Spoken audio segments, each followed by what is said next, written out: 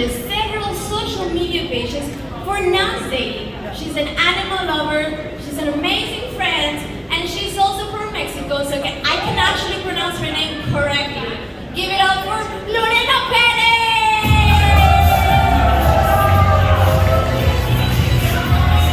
Thank you so much. Hello again. Hi. Yes, Cass is a long-time friend from Mexico, and I am so happy that you introduced me. Thank you. Okay, so let me figure out how this clicker works. Yes, okay, let's talk about how to build a team. This is for anyone who is a creator and is considering to build a team to build your company, alright? But before we get started on it, who the hell am I? My name is Lorena Perez. I make content on social media about sustainability. And I'm also one of the hosts on the Nas Daily page. Inside Nas Daily, we have a team of social media management where basically companies come to us and they tell us, please grow our following, and then we take care of it from start to end. So that is what I do most of my time. And with my team, we grew many pages. Some of them are Nas Academy, that was the first one that we worked on. Woo! Nas.io, and now Glide. I just want to take a tiny pause here. Glide is an NGO that specializes on neglected tropical diseases. So it's like the biggest niche ever, but the tiniest niche ever. And it's been such a challenge to get people to be interested in diseases, but we made it happen. We got 20 million views, and after 4 months, we had more engagement on TikTok than the biggest NGOs. Like, bigger than Greenpeace, bigger than WHO, and all of this was together with the team. We have more coming soon. We have DP World and a few other projects that are coming next. And I learned many things in this process, but most importantly, how to build the dream team. If right now you are doing all of this, you're taking care of all the process, you're limited. You're like a tiny fish in a tiny fishbowl, and you cannot grow. There's so much you can do because you're worried, because you need to be recording and you need to be editing, and all of this is time consuming, and it doesn't let you focus on actually growing. So why do you need a team? It's so that you can focus on growth. You get the team to work on the technical things that you are doing, and then you put all of your attention in growing it as a business. It's not easy. These are some of the challenges that I have faced that maybe some of the creators here might relate to. First one is you don't know how to hire.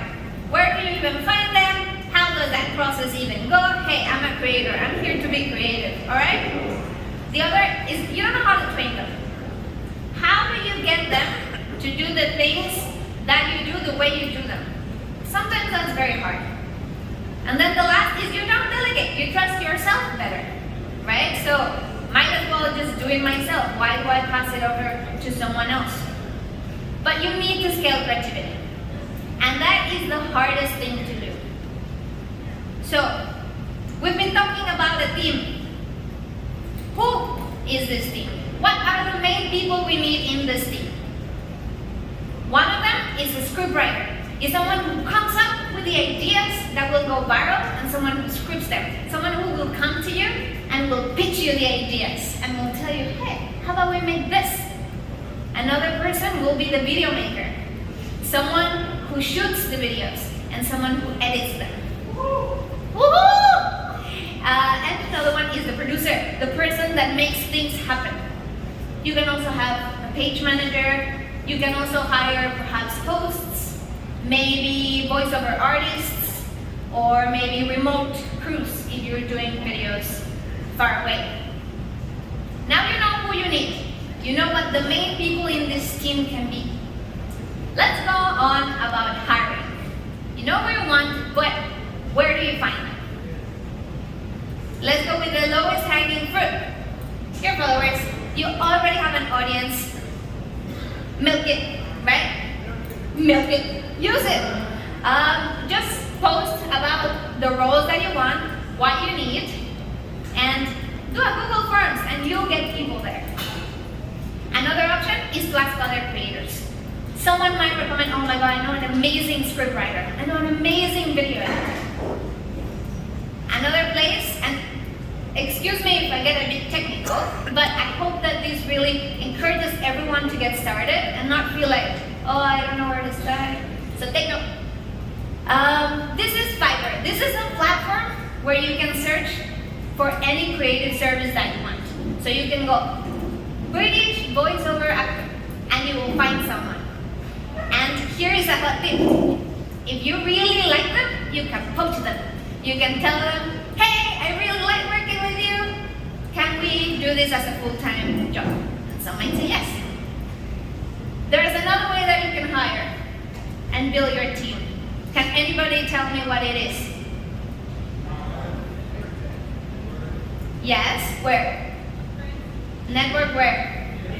Correct! NASA Summit! It is the Creators Conference. This is the opportunity to network and to start building that team. What do you want to look out for in this team? You want to find someone who can replicate what you do. And someone who's a smart storyteller. Do not underestimate the importance of a smart storyteller. Do not. Everybody in our team, you might think an editor, oh, they just chop things up. No. You want an editor that is smart, that knows where to put the attention, that knows where to put the pauses. So it's very important to have a good storyteller. And maybe even someone who is better at you, at the things that you do. That would be the ideal scenario. And how do you go on about this hiring? You give them an assignment. Let's put the example of an editor, right? You send the files to a video that you've done in the past.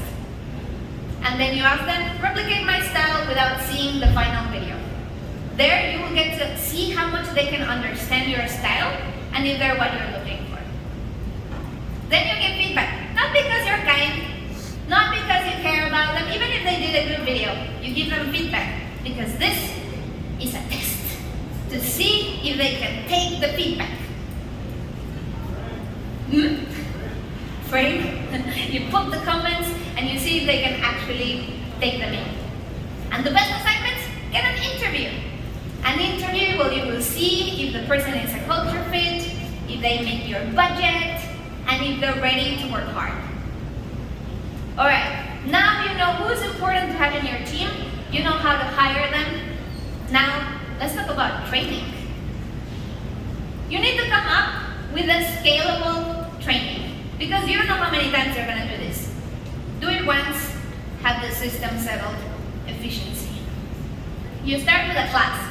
This is literally you need to sit side by side and say, this is how I like my scripts, in this structure, la la la. This is how I like my lighting, put through like this, la la la la. You get into the details, right? And some people might think this is old. Like this, I just need to do this for a while, and that's how I will train them. No, the next 2 steps are the secret. You want to request them to do a video from scratch. You do the same thing you did for the assignment, you give them the files, and you say recreate my style, without looking at the final video.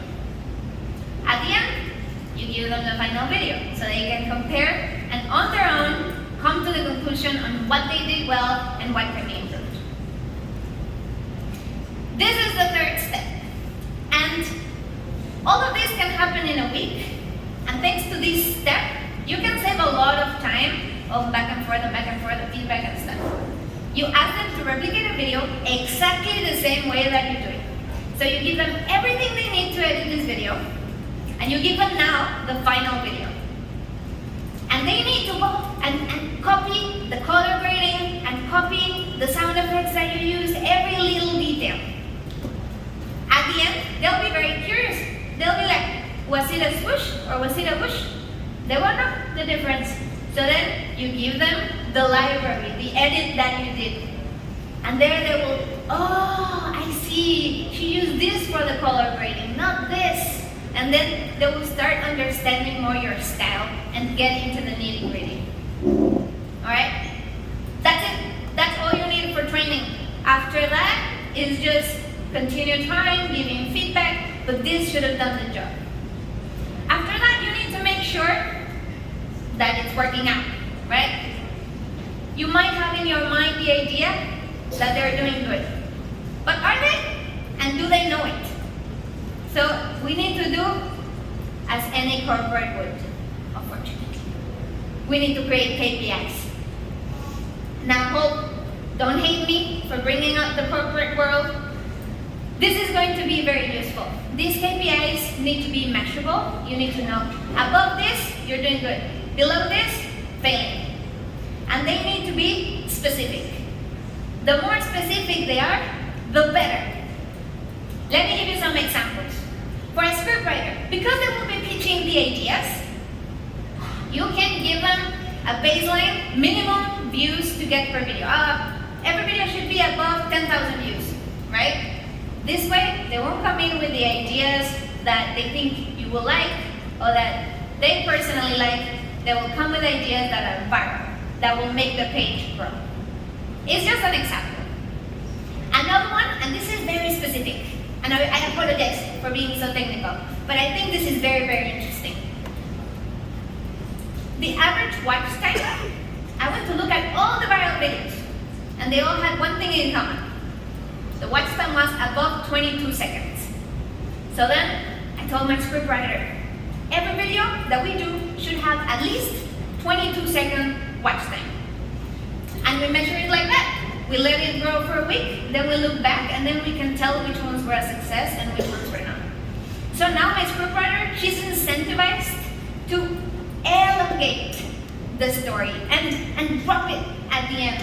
And that way they get people hooked in the video and people don't scroll away.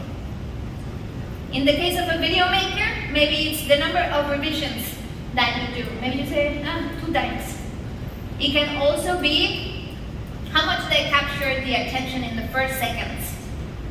In the case of a producer, it can be something more related to time. For example, you need to produce 3 videos per week. I don't care how you do it. I don't care how many you have in the bank, what your system is. As long as we're posting 3 videos per week, you are succeeding. And all of these KPIs, you track them. You put them in a spreadsheet. And this is actually an example of what we did. And you can see the progress. At the beginning, all red, except the producer. The producer was succeeding. Everybody else, including myself, failing. Then, in this common sheet where everybody can see how everybody is doing, and you can get a bit competitive, you start improving, and by the last week, we were almost all in the green. And the page got a couple of virals, and it started performing really well. This will build some healthy competition. What this does is that it creates ownership in the team. It's no longer about, Lorena is in charge of making the page grow, and everybody else is just, I just want to make Lorena happy, and that's it. No. Everybody feels like an owner of this project and wants the success for the page. Another thing it does, it creates purpose. There's no, what is the purpose? No, it's, you want to go viral with this type of content, we need to reach this amount of views and this amount of followers. There's no going about it. The last thing is that it builds camaraderie. Now I have my video maker speaking to my scriptwriter about how can they make the best hook, how can they make it visually interesting, and how it can also sound captivating. You've succeeded now at tracking their success. Now let's talk about keeping the team strong. This is something that Nusara says all the time, and I'm going to quote him twice right now. Startups drown in opportunity. When you begin growing a team, and this happened to me, and sometimes it still does, you might feel bad to shut down ideas. People might come to you and they say, how about we tech trends? How about we try tech videos and just completely different things? And you're like, well, I want to respect your opinion. Let's try it out. And then they're just doing everything instead of focusing on one thing. No. As Nusara would say, I quote him again, the company or your page is not a democracy, right? Yes, you will listen. Yes, you will hear out the feedback. But at the end, you need to pure focus where you're headed. but you need to stay organized. Spreadsheets have made me cry more than 5 times probably. I hated spreadsheets until I realized that they save you time. And I like them so much now that I'm going to show them off. I have one, which is the video tracker, where all the information is, all the links, everything. You never know when you will use it. Keep it organized in this one. And the other one is the daily tasks for the team. You do it once a week. Everybody knows what's in their week. You don't need to waste any time every day explaining what they need to do. You hop on meetings. In those meetings, you cover all the questions. You make it efficient. As a creator, you don't want to spend your time leading a team. You want to be focusing on growth. You spend 30 minutes with the team, you answer all the questions, explain the daily tasks, and then let them be free. And you do one-on-ones to make sure that everybody's happy and they don't quit. And last but not least, this is my final advice. For feedback, this is sometimes very hard to do. You might swing either way. Either you're extremely harsh, as we saw a bit before in the roasting session, or you are very, very soft and you feel bad. Make sure to keep it immediate. Don't wait till the right moment because it will just build up. Make it impersonal. You don't say, you suck. You say, the script sucks. And you want to make it in detail. It sucks because this word is very complicated. Nobody will understand it. This hook is not relatable. You want to make sure you make it as specific as possible. And do not forget that feedback is a gift. When you give it and when you receive it, feedback is something that will make you grow. And you should be thankful for receiving it and give it as if it was a gift. Okay, now you know who the team can be, where you can hire them, how to hire them, how to train them, and how to keep the team strong. So I hope this was very useful. Now we'll hire.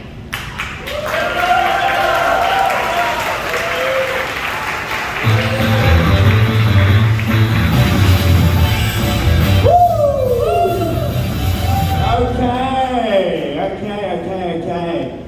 Wow, let's see if we've still got, oh, I see Team Cindy is still in the room. We've got only one speaker left, ladies and gentlemen. One speaker, and then a special performance from an America's Got Talent finalist. Ooh. But let's see if you remember how to do this. We're going to do